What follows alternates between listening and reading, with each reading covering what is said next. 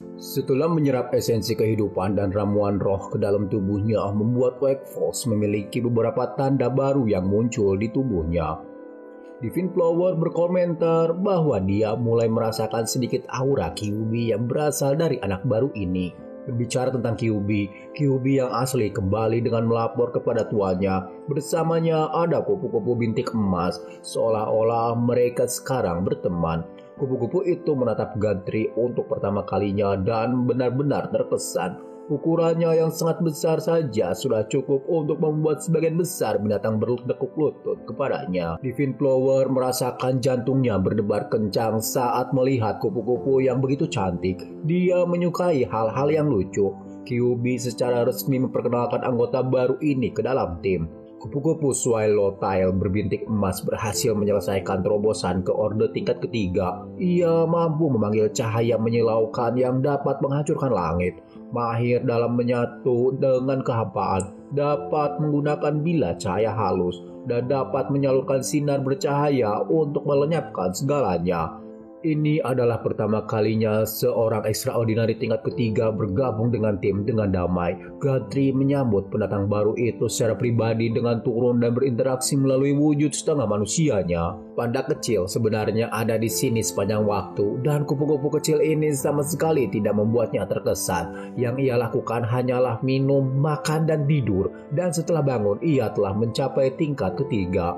Divine Flower juga berada di ambang terobosannya. Gantry ingin mendapatkan informasi terbaru tentang status altar pengorbanan sekarang. Divine Flower menyebutkan bahwa 28 manusia terkuat telah mendatangi kontrak dengannya. Salah satunya berada di puncak orde kedua, Iron First Terran. 6 berada di tahap tengah orde kedua, sedangkan sisanya berada di tahap awal orde kedua. Mereka perlu terus merekrut. Semakin banyak orang, semakin baik. Selain itu, dia ingin kekuatan-kekuatan baru ini memperluas pasukan mereka dengan cepat. Jika diperlukan, Mystic Mountain dengan senang hati akan menawarkan bantuan. Urgensi yang dirasakan Divine Flower ini mengganggunya. Jadi, ia memutuskan untuk bertanya langsung kepada Gantry. Tuan mereka ini sangat ingin berkembang dengan cepat. Jadi, dia bertanya apakah mereka bersiap menghadapi musuh yang tidak dikenal. Yuziu memutuskan bahwa tidak ada gunanya memberitahu orang-orangnya sekarang dan mereka harus fokus pada tugas yang diberikan. Divine Flower tidak punya pilihan lain selain menelannya dan tetap diam. Jenderal Elemental King Gong telah menyelesaikan tugasnya dan telah kembali untuk melaporkan apa yang terjadi di Half Moon City. Metropolis telah ditaklukkan dan seperti yang diperintahkan Gantry, tidak ada bangunan yang dihancurkan dan hanya mereka yang menolak untuk menyerah yang diusir. King Kong juga maju dan menahan semua peneliti ilmiah di kota itu. Yuzio selalu bisa mengandalkan orang ini untuk memberikan yang terbaik. Dan ia ingin bertemu dengan para ilmuwan. Sementara King Gong melanjutkan perluasan wilayah, Yuzio akan melakukan segalanya agar kegelapan tidak menghancurkan dunia ini. Ia akan mengumpulkan sekutu yang tak terhitung jumlahnya dan bersama-sama semua orang akan melawan kehancuran. Satu-satunya dorongan yang mendorongnya maju adalah keinginan untuk tidak dikalahkan oleh kekuatan jahat. Namun, Divine Flower dan orang-orangnya yang lain tidak tahu itu. Shin berpindah ke luar negeri dan kita menyaksikan sesuatu yang terjadi di kerajaan Luo. Para prajurit kerajaan Luo terlibat dalam adegan pengejaran yang intens, mencoba menangkap orang asing yang melarikan diri. Itu adalah dogman genetik mutan yang dilantik Xiao King ke dalam Dark Assemble. Dan tangannya tampak seperti bayi yang dibungkus kain. Para prajurit berusaha sekuat tenaga untuk menutup jarak dan melancarkan serangan mematikan ke penyusup itu. Serangan-serangan itu tidak terlalu buruk. Orang-orang ini dapat dianggap elit di bidangnya. Tapi Dogman berhasil menangkis serangan itu meskipun meninggalkan kawah besar di tengahnya. Hal ini pada dasarnya menghentikan rencana pelariannya. Sekarang ia dipaksa untuk berhadapan langsung dengan para pengejarnya. Kainnya dilepas dan di dalamnya ada bayi dengan telinga binatang. Dogman berpikir bahwa ancaman yang datang dari para prajurit ini menggelikan karena merekalah yang akan mati malam ini. Kembali ke Bayou, tempat Yuzio berada, sebuah sistem membunyikan alarm bahwa gelombang ketiga energi spiritual akan terjadi lagi. Banyak ras baru akan segera muncul. dan warisan serta garis keturunan juga akan terbangun. Namun, sistem dapat melihat bahwa Yuzio sendiri belum cukup siap untuk itu. Gelombang ketiga energi spiritual yang akan segera terjadi ini datang begitu saja, dan ia bahkan tidak menyadari tanda-tandanya sama sekali. Ketika gelombang kedua muncul, semua hal berevolusi secara signifikan. Hal itu mempercepat laju evolusi dunia selama beberapa dekade, mengubah rantai makanan dunia. Gelombang ketiga yang datang ini adalah sebuah misteri, tetapi pasti akan menjadi signifikan. Sekarang, setelah dia berada di tingkat extraordinary keempat, gelombang ketiga ini akan menjadi kekuatan yang akan mengubahnya sekali lagi. Dia bertanya kepada sistem mengapa di dunia ini gelombang itu datang begitu cepat. Itu karena kegelapan akhirnya merasakan kehadirannya dan memutuskan untuk memicu gelombang itu sebelum waktunya. Sistem itu berkata jika kegelapan takut akan ancaman yang ditimbulkan oleh pertumbuhan Yuzio. Gadri mendapati makhluk dunia lain yang tertekan di bawah tanah. Yuzio tidak menyangka akan mendengar itu dari sistem, yang menurutnya kegelapan itu sendiri dapat merasa terancam. Dia berpikir bahwa untuk tumbuh lebih kuat dia harus membunuh makhluk lain. Semakin banyak dia membunuh, semakin kuat pula kegelapan. Itu seharusnya menjadi perlombaan untuk melihat siapa yang bisa menjadi lebih kuat. Meskipun benar bahwa kematian di dunia ini berfungsi untuk memperdayakan kegelapan, Gadri adalah pengecualian terhadap hukum ini. Dia terkejut, tetapi dia lebih ingin tahu tentang informasi itu daripada apapun. Sistem menjelaskan bahwa kematian yang dia sebabkan tidak akan memberi makan kegelapan. Sebaliknya, mereka menjadi titik evolusi baginya untuk diserap secara pribadi. Orang bisa mengatakan bahwa Yuzio dan kegelapan adalah satu dan sama, dua sisi dari koin yang sama. Namun, kegelapan tetap jauh lebih kuat darinya saat ini. Kegelapan begitu kuat sehingga dapat memicu gelombang spiritual, gelombang yang cukup kuat untuk mendominasi evolusi seluruh planet. Itulah tipe musuh yang coba ditantangnya. Yuzio mulai meragukan apakah dia benar-benar cocok untuk ini, tetapi dia tidak bisa menyerah begitu saja sambil tertawa gila. Bahkan sistem menjadi bingung oleh reaksinya yang aneh terhadap berita yang menghancurkan seperti itu. Alih-alih takut, Gadri merasakan kegembiraan yang tak tertandingi saat dia berpikir bahwa dia mulai memahami mengapa dia dibawa ke dunia ini. Dia akhirnya sampai ke dasar tujuan di balik kelahirannya kembali. Sistem menjelaskan bahwa gelombang itu mungkin tidak dimulai dari kedalaman planet kali ini, tetapi kemungkinan besar akan dimulai dari langit berbintang atau jauh di dalam kehampaan.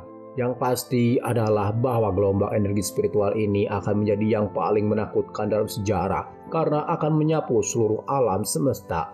Memang berat, tetapi mereka bisa dan harus memanfaatkan kesempatan itu dengan baik. Setelah menyelesaikan percakapannya yang membuka mata dengan sistem, Yuzio membuka matanya. Ia segera memerintahkan Kyuubi untuk memanggil King Gong, Thorn, Bull Diamond, dan juga Crocodile karena ia punya sesuatu untuk diumumkan. Di bawah langit terang bulan, lingkaran dalam Mystic Mountain berkumpul untuk mendengarkan tuan mereka. Tak seorang pun dari mereka tahu mengapa Gadri mengadakan pertemuan yang begitu serius. Sekarang setelah semua orang ada di sini, ia menyatakan bahwa ia akan segera tidur nyenyak lagi untuk melanjutkan kultivasinya. Sebelum itu terjadi, ada beberapa hal yang ingin ia percayakan kepada semua orang. Selain kota bulan sabit, mereka juga telah menaklukkan kota Yan dalam beberapa hari terakhir. Dan Thorn akan mengawasi pengelolaan kota itu mulai dari sekarang. King Gong akan membawa para ilmuwan dari Half Moon dan kota Yan kembali ke bawah tanah Beiyu. Tempat mereka akan melanjutkan penelitian mereka tentang proyek modifikasi gen. Mereka akan memiliki akses ke apapun yang mereka butuhkan, termasuk saripati kehidupan. Crocodile tidak perlu lagi mengelola bagian dalam Mystic Mountain. Ia akan mengawasi seluruh parameter gunung, menyerahkan urusan bagian dalam kepada Iblis Chow. Mulai sekarang, setiap bis yang berada di bawah lingkup pengaruhnya akan bertanggung jawab kepada Iblis Chow. Masalah pertikaian eksternal, dukungan dan aliansi, dan segala hal lain akan menjadi tanggung jawabnya. Terakhir, Kyuubi akan bertugas merekrut rekan baru yang kuat. Jika ia membutuhkan bantuan, ia dapat langsung pergi ke Bull Diamond untuk meminta bala bantuan. Thorn mengajukan pertanyaan dalam benak semua orang, berapa lama tuan mereka akan berhibernasi kali ini? Yuzio berkata mungkin ia akan membutuhkan waktu setengah tahun hingga beberapa tahun. Bagaimanapun itu akan memakan waktu yang lama. Selama periode itu, semua yang ada di Mystic Mountain akan dipercayakan kepada beberapa orang terpilih. Semua orang siap untuk ini. Mereka akan dengan senang hati melangkah ke peran kepemimpinan di masa mendatang. Guthrie ingin mempersiapkan diri menghadapi gelombang pasang yang akan datang dengan mencoba menyebarkan akarnya ke dalam kehampaan. Kegelapan hanya bisa menunggu apa yang akan terjadi karena Yuzio tidak ingin kalah. Bahkan jika energi spiritual dunia ini menghilang di bawah kekuatan kegelapan, mereka akan siap. Thorn dan yang lainnya melihat tuan mereka saat ia berubah menjadi seberkas cahaya yang bercahaya sebelum akhirnya memasuki kondisi tidak aktif yang menakjubkan. Kata-kata terakhirnya kepada keluarganya hanyalah untuk bertahan hidup. Tubuh Guthrie tertutup saat intinya menyelam ke dalam. Saat ini ia lebih terlihat seperti pohon tua dengan cahaya yang tidak dapat dipadamkan. Kekuatan dari seluruh dunia merasakan perubahan era yang akan datang. Makhluk dari Gunung Tiansan surgawi melihat dari kejauhan, merasakan perubahan di udara. Di bingkai Dewa Naga yang legendaris terdapat sisa-sisa binatang mistis yang beristirahat. Seekor binatang naga juga merasakan ketidakpastian di atmosfer. Di negeri di bawah tanah, pemimpin tersembunyi dari pasukan binatang Australia merasakan sensasi yang sama dengan yang dirasakan semua kekuatan besar. Pergeseran drastis dalam dinamika dunia sudah dekat. Cukup dengan monster-monster bos itu. Mari kita alihkan perhatian kita ke skala yang lebih kecil. Hutan tempat Beast biasa memangsa orang-orang biasa. Seorang gadis kecil menyaksikan temannya menjadi santapan monster. Kegembiraan di wajah Hina terlihat jelas saat ia menyantap hidangan kedua. Teriakan ketakutan gadis itu menarik perhatian White Tiger dan kucing besar itu datang untuk menyelamatkannya. Mengingat perbedaan level yang drastis, White Tiger dengan mudah menangani sampah Hina itu dengan efisien. Saat ia dalam pertempuran, ia benar-benar tampak seperti mesin pembunuh. Gadis kecil itu aman, tetapi ia belum menurunkan kewaspadaannya sampai Thorn muncul dari belakang. Mendongkak untuk melihat wajah manusia hibrida yang tertutup untuk membuat gadis kecil itu tetap takut daripada Hina sebelumnya. Gadis kecil itu akhirnya pingsan karena ketakutan yang luar biasa. Dia terbangun melihat Thorn yang cantik dan White Tiger yang tidak cantik, berusaha sekuat tenaga untuk bersikap ramah. Naluri bertahan hidupnya langsung muncul dan dia berlari mundur secepat mungkin. Dia pikir dia sudah mati sekarang, tetapi dia masih bernapas. Setelah dibujuk, dia setuju untuk menunggangi White Tiger bersama Thorn. Dia sudah sedikit tenang dan bertanya apakah harimau ini adalah hewan peliharaan Thorn atau semacamnya. Tetapi Thorn lebih penasaran dengan apa yang dilakukan anak ini di hutan itu. Itu adalah daerah yang terkenal dengan banyak beast. Ternyata pamannya yang punya ide untuk mencari tanaman herbal tertentu di hutan. Dia adalah Siolan, manusia biasa yang memiliki kemampuan untuk merasakan energi spiritual yang dipancarkan oleh tanaman herbal. Thorn merasa terganggu karena ada yang mengirim seorang gadis kecil untuk melakukan tugas yang beresiko seperti itu. Tetapi Siolan sebenarnya adalah korban penculikan. Jika dia tidak membawa tanaman herbal itu kembali tepat waktu, paman penculik itu akan mencungkil mata adik laki-lakinya dan menjual organnya. Darah Thorn mengalir dingin. Orang bisa begitu jahat dimanapun dan kapanpun. Dia ingin Siolan membimbingnya ke tempat saudaranya disembunyikan untuk misi penyelamatan. Siolan dengan antusias menjawab bahwa saudaranya ditahan di kota Yan. Namun sebelum misi penyelamatan itu, sepertinya mereka harus berhadapan dengan beberapa tamu tadi undang dari Avayum. Segerombolan burung gagak muncul di hadapan mereka. Dari kelihatannya, mereka tidak datang ke sini untuk bermain. Tidak peduli bagaimana Anda mengatakannya, ini tidak mungkin bagus. Setiap burung gagak hitam ini berada pada tingkatan extraordinary pertama. White Tiger ingin mengambil inisiatif untuk melancarkan serangan pertama dengan sinar spiritualnya. Mereka bersinar di langit, tetapi gagal untuk menyambar seekor burung pun. Kawanan burung itu segera membalas dengan sinar spiritual mereka sendiri yang menyeramkan. Ton juga telah menjadi sasaran burung-burung pembunuh itu.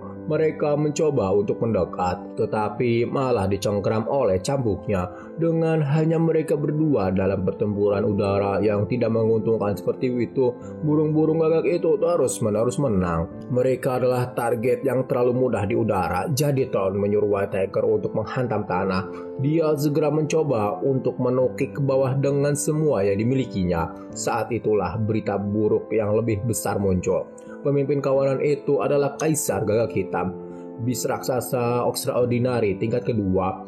Burung sialan itu terlalu besar untuk dianggap sebagai burung gagak lagi. Tidak seperti bawahannya, burung ini dapat memberikan kerusakan serius dari jauh.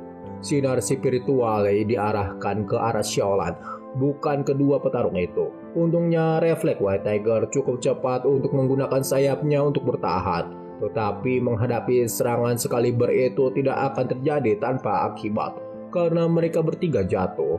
Thorn berhasil tetap bertahan sambil mencengkram menggunakan cambuk tanaman merambatnya.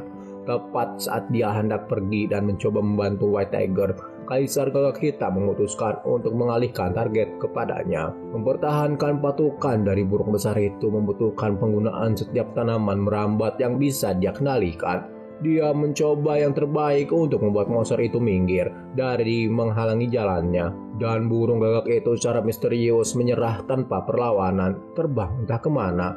Sementara itu White Tiger dan gadis kecil itu telah mendarat jauh di jurang yang luas di tengah hutan. Pendaratannya brutal, tetapi tubuhnya yang besar berhasil menahan benturan sepenuhnya, membuat Siolan tidak terluka tetapi pusing.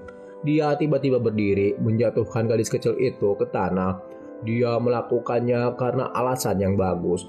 Dengan wajah White Tiger yang bersemangat, dia menghadapi beberapa penantang yang datang dari kedalaman. Cacing dan kelabang yang tumbuh besar telah menjadikan neraka bawah tanah ini sarang mereka. Dan beberapa makanan baru saja jatuh dari surga. Mereka tidak hanya berukuran sangat besar, tetapi juga sangat menjijikan. Gigi tajam dan tubuh yang dijilat merayap dengan kecepatan yang luar biasa. Semuanya bersaing untuk mendapatkan gigitan pertama. White Tiger menanggapi dengan mencoba mengusir serangga-serangga ini dengan sinar spiritual yang terang. Dia terlalu kuat untuk para penghuni dasar ini, mencabik-cabik tubuh mereka seperti kardus. Tetapi masalahnya adalah kuantitas, bukan kualitas. Beberapa bius berhasil melewati balok itu, menempel di dagingnya. Untungnya benteng White Tiger bukanlah pertarungan jarak jauh, tetapi pertarungan jarak dekat yang tiada henti. Dengan menggabungkan dua gaya bertarungnya, ia dapat menghancurkan dan meledakkan jalannya melalui situasi ini dengan mudah. Siolan duduk di barisan depan dalam pertunjukan kekuatan White Tiger yang menghancurkan. Setelah menangani masalah yang ada, Siolan dengan hati-hati mendekati Tiger yang kejam itu. Ia menungganginya sekali lagi, tetapi perjalanannya tidak semulus yang mereka lakukan sebelumnya karena White Tiger berjuang untuk mempertahankan penerbangannya, menabrak dinding beberapa kali. Pada akhirnya keduanya mengalami memar dan benjolan berukuran raksasa di kepala mereka. Sayap White Tiger terlalu rusak untuk berfungsi dengan baik dan bertanya apa yang harus mereka lakukan sekarang. Ia menjawab dengan satu-satunya kata yang bisa diucapkan, "Kita semua akan mati." Hal itu dikombinasikan dengan perut kucing besar yang keroncongan membuat gadis kecil itu ketakutan. Tetapi ada hal lain yang mengalihkan perhatian dari dilema mereka. Kemungkinan hikmah dari situasi yang tidak menguntungkan ini. Ada fluktuasi energi spiritual yang berasal dari ramuan spiritualnya dan hanya dia yang bisa melihatnya melalui lensa kemampuan khususnya. Ramuan spiritual ini tidak seperti ramuan yang biasa dia lihat sebelumnya. Siolan menoleh ke macan putih kecil dan mendesaknya untuk melihatnya bersama. Mungkin mereka dapat menggunakan ramuan ini untuk menyembuhkan sayapnya yang patah. Itu adalah ide yang bagus dari anak itu, tetapi masalah lain muncul. Kucing besar itu tiba-tiba batuk darah. Bingung dan takut, Siolan mencoba bertanya apakah dia baik-baik saja. Dia melihat bagian di mana serangga itu menggigit kucing besar itu dan melihat beberapa perubahan warna yang mengkhawatirkan. White Tiger telah diracuni. Dia melihat gadis kecil itu dan mengatakan kepadanya bahwa semua orang akan mati. Tetapi itu hanya karena cacat bicaranya. Tetap saja, Siolan hanyalah seorang gadis kecil yang tidak berdaya dan takut. Tetapi dia memilih untuk menjadi kuat dan mencoba meyakinkan White Tiger bahwa mereka tidak akan mati di parit ini. Karena dia menyelamatkannya dengan sayapnya yang patah, dia sepenuhnya bermaksud untuk menyelamatkannya sebagai balasan. Agak jauh, tetapi White Tiger perlu bertahan sedikit lebih lama. Di atas, Thorn telah berhasil membantai kawanan gagak sendirian, sementara pemimpin mereka melarikan diri sendirian. Thorn merasa jijik terhadap burung yang melarikan diri tanpa malu itu karena menjadi ayam besar. Sambil melihat sekeliling, dia tiba-tiba melihat beberapa serigala badai berkeliaran di dataran. Jika mereka ada di sini, itu artinya kota Yan tidak jauh dari tempat dia turunkan. Dia juga dapat menggunakan indera penciuman serigala ini untuk membantu menemukan harimau yang terluka dan gadis kecil itu. Namun, takdir terus memberikan tantangan satu demi satu. Hujan turun deras, dan dia tahu bahwa jika ini terus berlanjut, mereka akhirnya akan kehilangan bau kucing besar dan gadis kecil itu. Berbicara tentang keduanya, mereka perlahan-lahan melintasi parit yang luas secepat yang diizinkan oleh luka harimau putih. Siolan semakin khawatir bahwa luka yang dalam ini mungkin akan banjir jika hujan terus berlanjut. Namun, ada masalah yang lebih besar daripada banjir. Misalnya, harimau putih pingsan saat racun dalam aliran darahnya mengalir ke seluruh tubuhnya yang besar. Berusaha sekuat tenaga, Siolan tidak dapat membuat kucing besar itu bangun atau bergerak sama sekali. Sebelum pingsan sepenuhnya, dia mengatakan kepadanya bahwa semua orang akan mati untuk terakhir kalinya. Dia tahu bahwa ini karena racunnya makin parah. Jika dia tidak bisa menemukan solusinya, dia tidak akan bisa bertahan lebih lama lagi. Siolan mengeluarkan ramuan berharga di ranselnya dan mencoba menyembuhkan kucing besar itu. 2 jam kemudian, dia tampak bersih seperti peluit semua perban di area yang terinfeksi. Dia menggunakan obat roh berputar untuk meredakan racun dan rasa sakit. Itu dijual cukup mahal di pasar gelap. Dia awalnya bermaksud menggunakannya untuk menyelamatkan adik laki-lakinya dengan menyelamatkannya dari para penculik. Tetapi dia tidak bisa hanya melihat White Tiger mati tanpa daya. Sekarang mereka hanya bisa berharap akan ada ramuan roh mewah lainnya di dekat yang mereka cari. White Tiger masih memiliki sayap yang patah dan Siolan masih harus menyelamatkan adik laki-lakinya. Mereka berada di perahu yang sama. Tekad White Tiger untuk menyelesaikan ini terlihat jelas di matanya. Tetapi ucapannya tentang semua orang yang sekarat bertentangan dengan segalanya. Siolan akhirnya menyadari fakta bahwa kucing yang terlalu besar ini hanya bisa mengucapkan satu kalimat yang mengerikan. Beberapa menit kemudian, kehadiran ramuan roh membawa mereka ke sebuah gua besar. 2 harimau bodoh dan gadis kecil pemberani itu dengan berani melangkah maju. Aura spiritual itu berasal dari lubang melingkar yang dalam yang tampak seperti lubang pembuangan. Dan sepertinya mereka harus melompat turun. Sayap White Tiger mungkin patah, tetapi ia masih bisa meluncur sedikit, membiarkan gravitasi bekerja. Melompat turun secara membabi buta akan menjadi ide yang sangat buruk bagi siapapun karena segerombolan cacing aneh sedang bersantai di lubang pembuangan ini. Mereka tidak mampu membuang waktu untuk memusnahkan semuanya, jadi berlari adalah satu-satunya pilihan yang masuk akal. Setelah menyingkirkan monster menjijikan itu, duo itu diam-diam melintasi rongga yang dingin dan gelap. Siolan tiba-tiba merasakan sesuatu yang berlendir di kepalanya. Melihat apapun yang mendarat di atasnya, ia mulai ketakutan melihat bayi cacing di goa itu. White Tiger menganggapnya lucu, tetapi bertonton makhluk menjijikan ini sedang berpesta berlendir di langit-langit. Begitu keberadaan mereka diketahui, sepasukan penghisap hijau membuat mereka kembali mengejar. Mereka berhasil sampai ke sumber air dengan selamat, tempat yang sempurna untuk beristirahat dan memulihkan cairan tubuh jika saja tidak ada serangga melata lainnya. Siolan baru saja mencoba untuk menikmati waktu istirahat makan malamnya, tetapi tempat yang tak kenal ampun ini menolak memberinya ruang untuk bernapas. Kali ini yang datang adalah kelabang penghuni air dengan gigi seri yang mengerikan, siap memangsa daging keduanya. Harimau putih yang terluka dan Siolan harus melarikan diri untuk menyelamatkan diri sekali lagi. Dengan kesehatannya yang menurun, kucing besar itu ditangkap dan dikekang oleh bis itu. Sementara Siolan dengan berani mencoba menggunakan sepotong batu untuk menyelamatkannya.